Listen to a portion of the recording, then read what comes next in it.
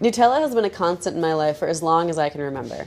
Like most people, my love for it started as a child when I would spread it over a nice warm piece of toast.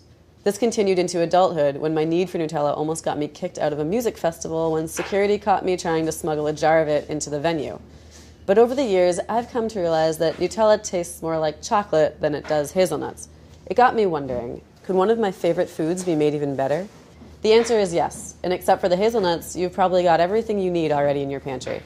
Homemade chocolate hazelnut spread is super nutty, and because you're using a food processor instead of a commercial-grade machine, it's got this really nice, hearty, coarse texture. Start by spreading 2 cups of hazelnuts on a rimmed baking sheet.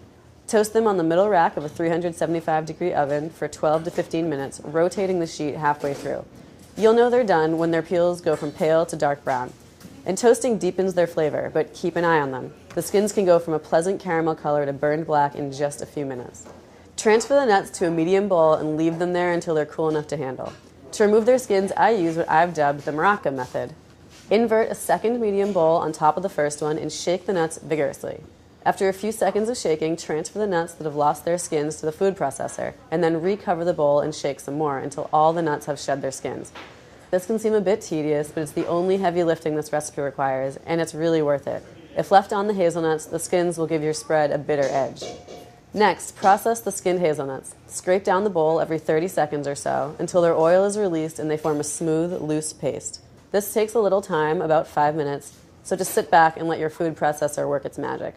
After that, it's time to mix in 1 cup of confectioner's sugar, 1/3 cup of cocoa powder, 2 tablespoons of hazelnut oil, 1 teaspoon of vanilla extract, and 1/8 teaspoon of salt.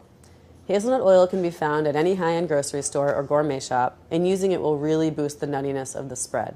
But if you can't find it, or if you just don't want to spring for it, vegetable or walnut oil make perfectly fine substitutions. So process this mixture for about 2 minutes, scraping down the bowl as needed until everything is fully incorporated. The oil works wonders at bringing it into this nice, glossy, spreadable territory, but feel free to use a little extra if you still deem the spread too stiff.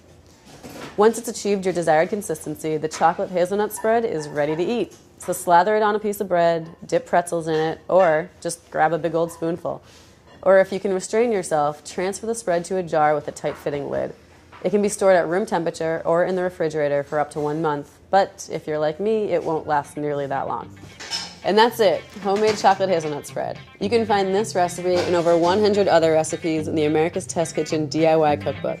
There's everything in here from beef jerky to ginger beer to goat cheese. Really cool stuff. So if you're interested, please check it out.